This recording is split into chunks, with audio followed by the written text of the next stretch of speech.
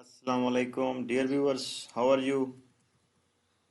उम्मीद करता हूँ कि आप खैरियत से होंगे। अल्लाह ताला आपकी ज़िंदगी में आसानियाँ पैदा फरमाए। और पिछले लेक्चर में हमने सेक्शन 67 तक किया था और आज हम चैप्टर 5 करेंगे of certain relations resembling those created by contract. यानी कि ऐसे रिलेशंस जो कि कॉन्ट्रैक्ट तो नहीं होते लेकिन कॉन्ट्रैक्ट से रिजेंबल कर रहे होते हैं। मीन टू से कि एक ऐसे रिलेशन होते हैं जिनमें ड्यूटीज और राइट्स दोनों पार्टीज के ऐसे होते हैं जैसा कि उनका आपस में कोई कॉन्ट्रैक्ट हुआ है। हालांकि कॉन्ट्रैक्ट होता नहीं है लेकिन उसमें रिलेशन ऐसा कायम हो जाता है, समझा जाई जाता है कि जैसे इन्होंने आपस में कॉन्ट्रैक्ट किया हुआ है। ठीक है। Section 68 claim for necessaries supplied to person incapable of contracting or on his account. If a person incapable of entering into a contract or anyone whom he is legally bound to support is supplied by another person with necessaries suited to his condition in life, the person who has furnished such supplies is entitled to be reimbursed from the property of such incapable person. First of all dear viewers, आपको इस बात का पता होना चाहिए कि incapable of person कौन होता है, कि who is incapable of contracting. कि एक माइनर जो होता है वो इनकेपेबल ऑफ कॉन्ट्रैक्टिंग होता है। इनकेपेबल ऑफ कॉन्ट्रैक्टिंग का मतलब है कि वो कॉन्ट्रैक्ट करने के काबिल नहीं होता, माइनर नहीं होता, लुनेटिक नहीं होता, इनसेन नहीं होता। इनसेन बिल्कुल पागल होता है। लुनेटिक जो होता है वो लुनेसी इंटरवल्स में होता है, यानी कि वो कभी कभार पागल होता है और कभी कभार ठीक हो जाता है। जब वो ठीक होता है बिल्कुल ठीक होता है, लेकिन जब उस पर वो लुनेसी इंटरवल्स में हो तो वो मुकम्मल तौर पर डिस्टर्ब होता है। अच्छा, इसमें इनकेपेबल ऑफ कॉन्ट्रैक्टिंग ये लोग हैं। अगर एक शख्स इन इन लोगों की बिहाफ पर जो कि इनकेपेबल ऑफ कॉन्ट्रैक्टिंग है कोई नेसेसरीज पे कर रहा है उनके मफाद के लिए, उनकी ज़िंदगी के लिए, उनके बेनिफिट के लिए, या या उनके उनके बिहाफ पर कॉन्ट्रैक्ट में शमूलियत अख्तियार कर रहा है, या उनके बिहाफ पर मतलब किसी भी तरीके से अगर वो कोई नेसेसरीज, नेसेसरीज क्या है, ज़रूरियात ज़िंदगी, जूते, कपड़े, पैसे, दवाई, ईटीसी, यानी कि ये सारी क्या हैं, ये नेसेसरीज हैं।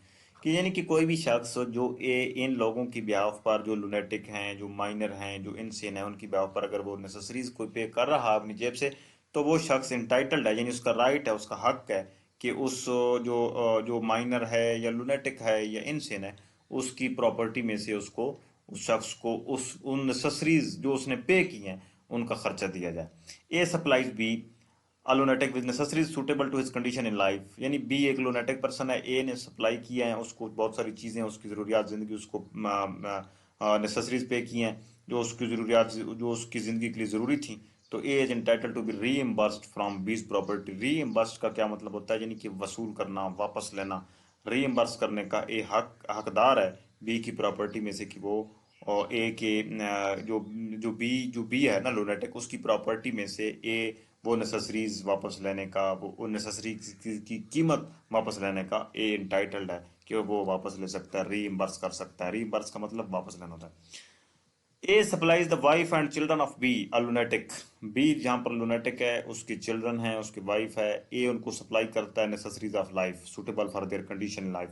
ए is entitle to be reimburse from B's property. B की प्रॉपर्टी से वो सारी चीज़ें या वो सारी उन चीज़ों की कीमत वसूल करने का हकदार है, एंटाइटल्ड है। क्यों एंटाइटल्ड है? क्योंकि ए की कोई जिम्मेदारी नहीं है, ए नेकी कर रहा है, ठीक है, वो उसकी बीवी बच्चों के लिए कुछ खर्चा खर्चात कर रहा है, तो वो उसकी हक बनता है कि उसको उस बी की जायदाद में से दिया जाए। ठीक है। Reimbursement of person paying money due by another in payment of which he is interested. Section 69. A person who is interested in the payment of money which another is bound by law to pay. यानी कि एक ऐसा बंदा जो कि interested है किसी matter में, किसी मामले में, लेकिन वो मनी पे करता है किसी और जगह, किसी और बंदे की बिहाफ पर वो मनी पे कर देता है। ठीक है। And who they're bound to pay, bound by law to pay, यानी एक ऐसे जगह, एक ऐसे शख्स की बिहाफ पर वो मनी पे कर देता है जो कि बाउंड बाय लॉ है, bound by law, and who therefore pays it is entitle to be reimbursed by the other. यानी कि वो शख्स हो जो कि इंटरेस्टेड है, पहली बात, और वो किसी दूसरे शख्स की ब्याह पर मनी पे कर रहा है, दूसरी बात, और वो दूसरा शख्स जिसकी ब्याह पर पहला शख्स मनी पे कर रहा है, दूसरा शख्स बाउंड बाय लॉ है, उसकी ड्यूटी उसकी है, दूसरे शख्स की है। कि वो मनी पे करे। तो जो पहला शख्स है जिसने मनी पे किया है दूसरे शख्स की ब्याह पर, वो उस शख्स पहले शख्स इंटाइटल्ड है, यानी पहले शख्स का हक है कि उसको वो रकम वापस दी जाए, कानूनन उसका हक है। इसकी इलस्ट्रेशन पढ़ते हैं, आपको मजीद क्लियर हो जाएगा कि B holds land in Sindh. B क्या है? बी एक मुजैरा है, on lease granted by A the zamindar. A जमींदार है, बी उसका मुजैरा है, उसने लीज पर जमीन लिया है सिंध में, या जिस जगह पर, जिस जगह पर भी लिया है, ये जगह मैटर नहीं करती। तो बी ने वो जगह लिया है। The revenue payable by A the government being in arrear, यानी कि एरियर क्या होता है? बकाया जात। ए ने रेवेन्यू टैक्स पे नहीं किया जमीन का, तो बहुत सारे बकाया जात उसकी बाकी हैं, और डेट बकाया जात पे करने की गुजर चुकी है। His land is advertise for sale by the government. Government ने उसकी लैंड को एडवर्टाइज कर दिया सेल के लिए। क्यों? कि वो रेवेन्यू जो है टैक्स वो पे नहीं कर रहा, इसलिए उसकी जमीन को बेचकर वो जो रेवेन्यू टैक्स है गवर्नमेंट का, जो एक एक हक है जो गवर्नमेंट का टैक्स है, वो उससे वसूल किया जाएगा। यानी कि उसकी एडवर्टाइजमेंट होगी उसकी ज़मीन की कि हम आपकी ज़मीन इस फिलहाल फिलहाल ज़मीन को बेच रहे हैं। तो अगर कोई लेने वाला चाहिए, यानी कि गवर्नमेंट बेच देती है ना ज़मीन अगर आप टैक्स पे नहीं करेंगे। तो बी 20 साल या 15 साल के लिए उसने लीज ले रखी है उस ए से। तो अगर ज़मीन बिकेगी तो बी की लीज भी अनल हो जाएगी डेफिनेटली। बी की ज़मीन का जो लीज उसने ले रखा है वो मुआहदा जो है वो ऑटोमेटिकली अनल हो जाएगा, ख़त्म हो जाएगा। तो under the revenue law the consequence of such sale will be the annulment of B's lease. तो इस सेल के कॉन्सिक्वेंस क्या होगा? सेल का नतीजा ये होगा कि बी ने जो लीज पर ले रखी है जमीन 5 या 10 साल के लिए, वो लीज का जो एग्रीमेंट है वो अनल हो जाएगा। जब जमीन सेल हो जाएगी तो साफ जाहिर है बी का जो एक लीज का जो है वो अनलमेंट हो जाएगी उसकी लीज की। To prevent the sale and consequent annulment of his own lease pays the government the sum B due from A. तो ए की बिहाफ पर जितनी रकम पे करना ए की जिम्मेदारी थी ना, मतलब 2 लाख थी या 3 लाख थी या 5 लाख थी, जितने भी एरियर बकाया जाते थे जो ए की जिम्मेदारी थी पे करना, तो ए बी ने क्या किया? बी ने ये किया कि अब ए के पास तो पैसे नहीं है, या ए पे करना नहीं चाहता, तो इसकी ज़मीन बेच जाएगी। जब इसकी ज़मीन बेच जाएगी तो मेरा जो वायदा है 15-20 साल का जो मैंने मुजेर करनी है, मैंने जो लीज पर ले रखी है, तो ये ऑटोमेटिकली ख़त्म हो जाएगी। यानी कि बी इसमें क्या है? बी इंटरेस्टेड तो है, ज़मीन अगर बिकेगी तो बी का नुकसान तो है। B interested, B is interested. B ने अपने इंटरेस्ट को सिक्योर करने के लिए ए की जगह पर वो टैक्स पे कर दिया, ताकि ए की जमीन का टैक्स पे किया जाए और जमीन बिकने से बच जाए। तो जब वो बी ने पे कर दिया, अब असल जिम्मेदारी तो ए की थी। तो ये सेक्शन ये कह रहा है कि ए पाबंद है कि बी को कि रिएम्बर्स करे, बी को कंपनसेट करे, जितना भी उसने टैक्स बी ने पे किया, ए पाबंद है कि वो टैक्स बी को पे करे, वापस पे करे। तो सेक्शन 70 क्या है? Obligation of person enjoying benefit of non gratuitous act. Non gratuitous एक होता है, एक होता है ग्रेचुअस। ग्रेचुअस क्या होता है? ग्रेचुअस होता है फ्री ऑफ कॉस्ट, यानी फ्री ऑफ चार्ज, बिला मुआवजा, ग्रेचुअस। नॉन ग्रेचुअस एक्ट क्या है? नॉन ग्रेचुअस एक्ट एक ऐसा एक्ट होता है जो फ्री ऑफ कॉस्ट नहीं होता, जो बिला मुआवजा नहीं होता। Obligation of person enjoying benefit of non gratuitous act, यानी ऐसा एक्ट हो जो फ्री ऑफ कॉस्ट नहीं है, यानी कि बिला मुआवजा नहीं है। अगर एक बंदा एक ऐसे अमल से या एक ऐसे काम से बेनिफिट लेता है तो उसका क्या तरीकाकार है, उसकी क्या जिम्मेदारी है? Where a person lawfully does anything for another person or delivers anything to him not intending to do so gratuitously, यानी एक ऐसा बंदा जिसने कोई चीज डिलीवर की है दूसरे शख्स को, या कोई ऐसा काम किया है लेकिन उसकी नियत ग्रेजुअसली नहीं है। ग्रेजुअसली मतलब फ्री ऑफ कॉस्ट, यानी कि वो चीज फ्री में नहीं कर रहा, उसकी नियत फ्री में करने की नहीं है। And such other person enjoys the benefit thereto, और दूसरा पर्सन उसकी उन चीजों से, जो उसके उस अमल से अगर कोई फायदा ले रहा है, द लेटर मतलब बाद वाला शख्स is bound to make compensation to the former in respect of. Former पहला होता है, पहला कौन है? यानी कि वो शख्स हो जिसने वो चीजें डिलीवर की हैं, जो जो के ग्रेजुअसली वो काम नहीं कर रहा, यानी फ्री ऑफ कास्ट वो काम नहीं कर रहा।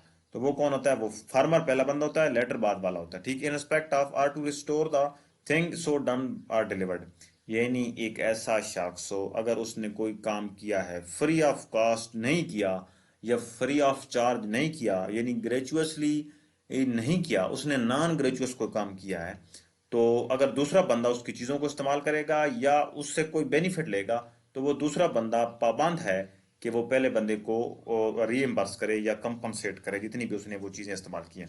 आप एलिस्ट्रेशन पढ़ें, आपको समझ आ जाएगी। Illustration A, a tradesman leaves goods at B's house by mistake. ए एक ताजर है, उसने बी के घर में कुछ चीजें मिस्टेकनली उसकी रह गई हैं, ठीक है। हालांकि ये चीजें उसकी रह गई हैं, ये चीजें उसने फ्री में नहीं दी बी को। अगर फ्री में दे जाता यानी ग्रेचुअसली दे जाता तो फिर तो बात ठीक थी, लेकिन ये चीजें जो उसकी रह गई हैं ये क्या है, ये नॉन ग्रेचुअस एक्ट है। ये चीजें उसने फ्री में नहीं दी, ये चीजें उसकी मिस्टेकनली रह गई हैं। B treats the goods as his own. B ने उन चीजों को इस्तेमाल करना शुरू कर दिया जैसा कि वो उसकी अपनी है, जैसा कि उसने फ्री ऑफ कॉस्ट उसको दी है, उसको गिफ्ट की है, जैसा कि उसने उन चीजों को इस्तेमाल करना शुरू कर दिया। ही इज बाउंड टू पे A for them. Be bound है कि ए को पे करे अगर उसमें ए को जितना भी लॉस हुआ है या जितनी भी वो उसने वो चीजें जिस हद तक इस्तेमाल की हैं उनके इस्तेमाल के हद तक वो उसको ए को कंपनसेट करने का पाबंद है। हाँ, अगर ए ग्रेजुअसली यानी ए ग्रेजुअस एक्ट करता, ग्रेजुअस एक्ट कैसे होता, ग्रेजुअस एक्ट ऐसा होता था, ऐसा होता कि अगर ए फ्री ऑफ कॉस्ट में वो चीजें उसको दे जाता तो ये क्या था, ये ग्रेजुअस एक्ट था। ए ने फ्री ऑफ कॉस्ट वो चीजें उसको नहीं दी, ये क्या है, ये नॉन ग्रेजुअस एक्ट है। यानी कि उसकी जो चीजें रह गई हैं वो अनविलिंगली रह गई हैं, मिस्टेकनली रह गई हैं। तो अगर बी उन चीजों को इस्तेमाल करना शुरू कर देगा तो वो ये क्या है, बी बाउंड बाय लॉ है कि वो ए को कंपनसेट करे उन चीजों के लिए, कि क्योंकि बी की जिम्मेदारी थी कि ए की चीजें चूंकि उसने फ्री ऑफ कॉस्ट उसको नहीं दी, उसकी मिस्टेकनली उसके घर में रह गई हैं। बी की जिम्मेदारी बनती थी कि वो उन चीजों की केयर करता, बजाय केयर करने के उसने खुद इस्तेमाल करना शुरू कर दी। तो लॉ इस बात की इजाजत देता है कि वो बी जो है वो पाबंद है कि वो ए को कंपनसेट करे जिस हद तक उसने उसकी चीजें इस्तेमाल की हैं। Responsibility of finder of goods. Finder of goods, अगर कोई चीज, एक बंदा finder of goods, a person who finds good, अगर एक बंदे को कोई चीज मिलती है belonging to another and takes him them into his custody, यानी कि किसी दूसरे शख्स की कोई चीज अगर आपको मिलती है और वो आप अपनी कस्टडी में ले लो तो is subject to the same responsibility as a bailee. यानी कि एक ऐसा शख्स जिसने कोई चीज, किसी चीज कोई चीज उसको मिली है, हालांकि वो चीज उसकी अपनी नहीं है, वो किसी दूसरे शख्स की कोई चीज है, तो उसकी क्या जिम्मेदारी बनती है, उसकी जिम्मेदारी ऐसे बनती है जैसा जैसा कि एक बेली की जिम्मेदारी बनती है, ठीक है। बेली की जिम्मेदारी क्या है, बेली की जिम्मेदारी 151 में दी गई है। बेलमेंट के एक एक एग्रीमेंट होता है। बेलमेंट का एग्रीमेंट क्या होता है डियर व्यूअर्स, हम पढ़ेंगे बाद में जाकर, मैं सरसरी आपको बता देता हूँ। बेलमेंट एक एग्रीमेंट, एक ऐसा एग्रीमेंट होता है जिसमें एक शख्स दूसरे शख्स को कोई चीज डिलीवर करता है, यानी डिलीवर करने वाला बेलर होता है, जो चीज जिसको डिलीवर की जाए, यानी कि वो चीजें वसूल करने वाला या जो वो चीजें जिसको डिलीवर की जाए वो बेली होता है। डिलीवर करने वाला बेलर और जिसको वो चीजें डिलीवर की जाए वो क्या होता है, वो बेली होता है। तो बेली की क्या जिम्मेदारियां, बेली की जिम्मेदारियां ऐसी जिम्मेदारियां हैं जैसा कि बेली को, बेली ऐसा समझेगा जैसा कि वो चीजें उसकी अपनी हैं, वो चीजें उसकी अपनी हैं। हेलो, वो चीजें उसकी अपनी हैं। तो यानी कि वो उसकी पूरी केयर करेगा, ठीक है। तो केयर करने के बाद क्या है, उसकी जिम्मेदारी बनती है कि जैसा कि वो चीजें उसकी अपनी है। Responsibility of finder of goods, ठीक है। तो हाँ, उसकी क्या जिम्मेदारी बनेगी, एक फाइंडर की, फाइंडर ऑफ गुड्स की जिम्मेदारी ये बनेगी कि वो चीजें वो अपनी उस कस्टडी में रख लेगा। उस कस्टडी में रखने के बाद उन चीजों की प्रॉपर केयर करेगा। प्रॉपर केयर करने के बाद वो उस बंदे को ढूंढने की कोशिश करेगा, वो जिस बंदे से वो चीजें बिलोंग करती हैं। यानी कि ये फाइंडर की जिम्मेदारी, बेली की भी यही जिम्मेदारियां, बेली की बड़ी जिम्मेदारियां। यानी कि बेली, एक बेली को इस तरह समझा जाएगा जैसा कि वो चीजें उसकी अपनी हैं, जिस तरह वो अपनी चीजों की केयर करता है वो दूसरे की चीजों की इसी तरह केयर करेगा, ठीक है। ये बेली की जिम्मेदारियां हैं, ठीक है। तो फाइंडर ऑफ गुड्स की जिम्मेदारी बनेगी कि वो उन चीजों की प्रॉपर केयर करे, प्रॉपर उन चीजों को उनकी हिफाजत करे, और केयर करने के बाद वो जिस शख्स से वो चीजें बिलोंग करती हैं वो उस शख्स को वो चीजें वापस कर दे, ये उसकी जिम्मेदारी बनती है। Liability of person to whom money is paid or thing delivered by mistake or under question.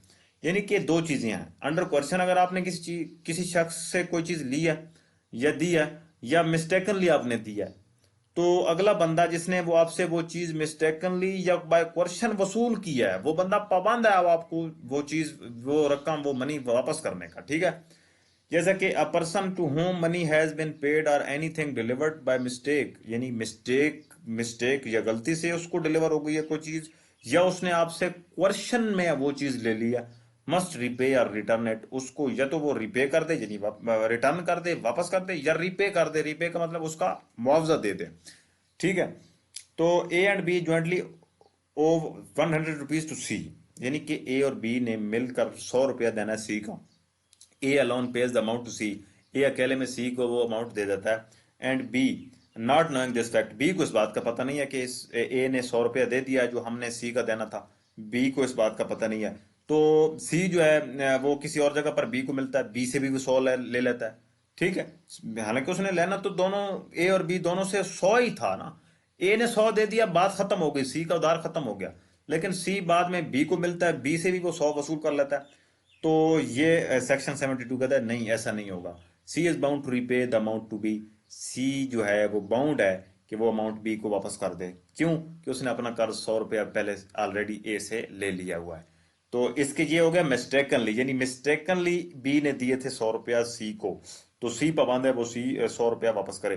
तो अब क्वेश्चन की मिसाल पढ़ते हैं कि a railway company refuses to deliver up certain goods to the consignee except upon the payment of an illegal charge for carriage. तो एक railway company है, वो कह रही, कंसाइनी कौन है? कंसाइनी वो बंदा है जिस बंदे से वो चीजें बिलोंग करती हैं जो उस रेलवे के कैरेज में, उस रेलवे के डब्बे में मौजूद है। यानी एक बंदे की कुछ चीजें डब्बे में मौजूद हैं, रेलवे के डब्बे में मौजूद हैं, यानी कि वो बंदा क्या है? वो बंदा कंसाइनी है जिसकी चीजें उस डब्बे में मौजूद है। तो रेलवे कंपनी क्या कहती है? रेलवे कंपनी ये कहती है कि अगर आप इलीगल चार्ज हमें नहीं देंगे, इन चीजों की कीमत तो बनती है 500, हम आपसे लेंगे 1500, तब आपको ये चीजें देंगे। तो किराया तो 500 बनता है, लेकिन वो रेलवे कंपनी इलीगल चार्ज मांग रही है 1000 रुपीज का। तो अगर वो बंदा, क्वेश्चन क्वेश्चन यही है ना, उसको ब्लैकमेल करके उससे वो पैसे ले रहे हैं, ये क्वेश्चन होती है।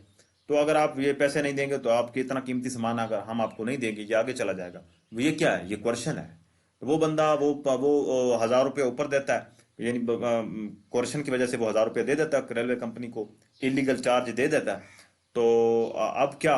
अब वो रेलवे कंपनी बाउंड नहीं है, railway company section 72 contract act के तहत बाउंड है कि वो उसको वो 1000 रुपया वापस करे। क्यों? कि वो 1000 उसने क्वेश्चन में लिया है। ठीक है। तो दिस वाज द सारा क्या था इसमें, यही था। हाँ, ये देखें कि नॉन ग्रेचुअस एक्ट से ना, नॉन ग्रेचुअस एक्ट आपको मजीद में रिपीट कर देता हूँ। नॉन ग्रेचुअस एक्ट एक ऐसा एक्ट होता है जो फ्री ऑफ कास्ट ना किया जाए। ग्रेचुअस एक्ट या ग्रेचुअसली एक ऐसा एक्ट होता है जो फ्री ऑफ कास्ट किया जाए। तो ये एलिस्टेशन बी भी पढ़ लें कि A saves B's property from fire, A ने बी की प्रॉपर्टी को आग लगने से बचाया। A is not entitled to compensation from B, A कोई इंटाइटल्ड नहीं है कि वो बी से कंपनसेशन वसूल करे। क्यों? कि if the circumstances show that he intended to act gratuitously, circumstances ये शो कर रहे हैं कि वो ग्रेचुअसली इंटेंडेड था, यानी पर्सन ए जो था वो free of cost, free of charge में उसकी प्रॉपर्टी को महफूज करने में, एक अपनी बहसियत इंसान, एक अच्छा इंसान होने के नाते वो उसकी प्रॉपर्टी को बचा रहा था। तो अब ये, हाँ देखें, एक बंदे की प्रॉपर्टी को आग लग रही है, मैं जाकर बचा लेता हूँ उस प्रॉपर्टी को, क्या मैंने तो बहसियत इंसान एक नेकी किया है? को मेरी नीयत ये तो नहीं थी कि मैंने मुआवजा लेना है, मेरी कोई नीयत ये नहीं थी। मैंने ये काम किया अगर मैंने बगैर मुआवजे की नीयत से काम किया तो वो काम होगा ग्रेचुअसली। अगर मैंने मुआवजे की नीयत से काम किया तो वो होगा नॉन ग्रेचुअसली। ठीक है। तो अगर एक बंदे से मेरा मुआहदा हुआ है कि आपकी ये कॉटन की इतनी प्रॉपर्टी पड़ी है, अगर इसको आग लगेगी तो मैं उसको महफूज करूंगा, हाँ ये मेरा मुआहदा हुआ है। तो आग लगी और मैंने जल्द अज जल्द उसको बुझा दिया। तो ये मैंने जो काम किया है ना, ये आग बुझाने का जो अब मैं काम कर रहा हूँ, ये क्या है? ये नॉन ग्रेचुअसली है, ये बिला मुआवजा नहीं है। मेरी इंटेंशन ये शो कर रही है कि मैं जो आग बुझाने जा रहा हूँ ये मेरी ड्यूटी समझ कर जा रहा हूँ और मैंने इसकी कंपनसेशन लेनी है मालिक से। तो ये क्या है? ये नॉन ग्रेचुअस एक्ट है, यानी कि नॉन ग्रेचुअस एक्ट जो कि बिला मुआवजा ना हो, जो फ्री ऑफ चार्ज ना हो। जबकि ग्रेचुअस क्या होता है? ग्रेचुअस होता है बिला मुआवजा, free of cost, free of charge, जिसमें कोई आपकी गर्ज नहीं होती। तो डियर व्यूअर्स, हमने ये चैप्टर 5 किया। नेक्स्ट इंशाल्लाह हम अगले लेक्चर में करेंगे। और सब्सक्राइब दिस चैनल।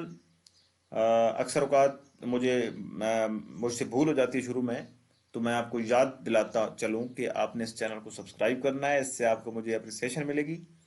और मोर मोर मैनी मोर, बहुत सारी इस तरह की कंसेप्चुअल वीडियोस आप लोगों की आसानी के लिए मैं इंशाल्लाह अपलोड करता रहूँगा। और आपके लिए दुआ गो हूँ, आपके बेहतर और ब्राइट फ्यूचर के लिए दुआ गो हूँ। इंशाल्लाह कोशिश भी करूँगा आपकी हमायत करने की, आपकी पूरी मदद करने की। और आपने भी इतना हाथ बटाना है कि मुझे अप्रिशिएट करना है। अप्रिसिएशन कैसे मिलेगी? लाइक करें, कमेंट करें और सब्सक्राइब करें इस चैनल को, ताकि मुझे हौसला मिले। आप लोगों के लिए मैं काम कर रहा हूँ, फ्री ऑफ कॉस्ट कर रहा हूँ। और नेकी समझ कर कर रहा हूँ। और अच्छी बात है, नॉलेज शेयर करें, और नॉलेज शेयर करने से आपके इल्म में मज़ीद इजाफा होगा। अपने दूसरे दो क्लास फेलोज़ हैं, जो दूसरे आपके कोलीग्स हैं, जो आपके जो फ्रेंड्स हैं, उनके साथ भी ये लेक्चर शेयर करें ताकि उनका भी फ़ायदा हो जाए। अल्लाह ताला आपका हामी नासिर हो। मिलते हैं नेक्स्ट वीडियो में, तब तक इजाज़त दीजिए। अल्लाह हाफिज़।